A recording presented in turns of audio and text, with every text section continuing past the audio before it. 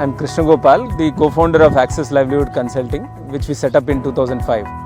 In 99, when I passed out of Institute of Rural Management at Anand, I got into Cooperative Development Foundation. The challenge there was to how do we help rural women to start realizing 80% of consumers' rupee in milk and dairy, so that they start realizing 2 to 3 times the income that they were earning from the milk business.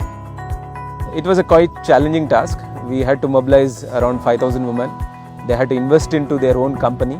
The company had to build a processing unit, and then from these processing units, when products were packed and brought out, they had to be sold in urban markets in Warangal and this place. Today that enterprise is 100 crore kind of an enterprise, where 20,000 women are experiencing double the income than what they realized much before. Having seen a success story, I thought that it's right time to replicate such kind of more models.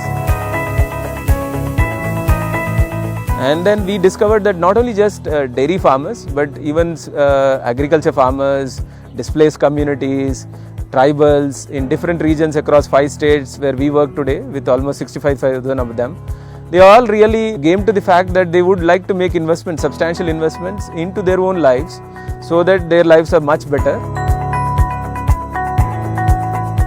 And in that journey, today we have promoted 20 such kind of enterprises. We are incubating them, and they are at the different stages. And some of them have already got the national awards from the Economic Times and Government of India. Sometimes it's the tough choices that will make you to go on the right path. And this we got out of experience by experimenting, by burning our fingers at the ground. But we feel that there is a possibility that both better solutions as well as right investors can be chosen by young communities, young people who want to start social enterprises of their own and build solutions for the country. And that's what we try to do in TII.